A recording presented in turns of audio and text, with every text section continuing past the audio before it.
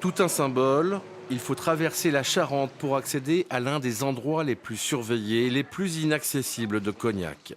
Je vous invite à me suivre et à rentrer dans cet endroit exceptionnel, si vous voulez. Il est vrai que le chai du fondateur est bien loin des standards habituels. L'eau de vie la plus ancienne de la maison est une eau de vie qui date de 1800.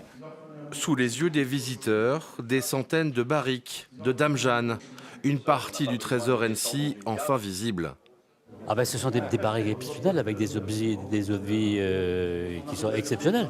Vous voyez, on vous l'a dit tout à l'heure, 1800, 1823. Il n'y a pas vraiment qui rentre ici. Il n'y a personne d'ailleurs qui peut rentrer ici. Soigneusement rangées selon un procédé propre à la maison, les barriques sont ici traitées avec respect.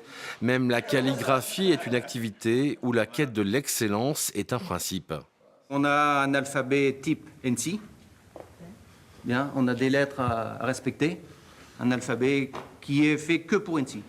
Ce souci du détail commence dans un endroit également interdit à quiconque n'étant pas membre du comité de dégustation. Les achats, les assemblages, l'évolution des eaux de vie sont goûtés chaque jour, à 11 h, selon un rituel invariable.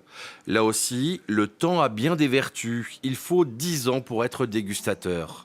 Ce comité de dégustation est présidé par M. Yann Filiou, 7e génération de la même famille qui préside aux destinées de ce comité de dégustation. Et au-delà de ce savoir-faire, il y a la transmission, puisque ce comité est constitué de 8 personnes, 2 sexagénaires, 2 quinquas, 2 quadras, 2 trentenaires, qui incarnent bien le souci permanent d'Annecy de transmettre ce savoir qui est primordial pour la qualité du cognac Annecy.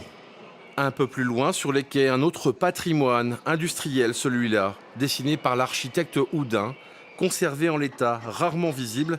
Il abritait la première usine d'embouteillage de la célèbre marque.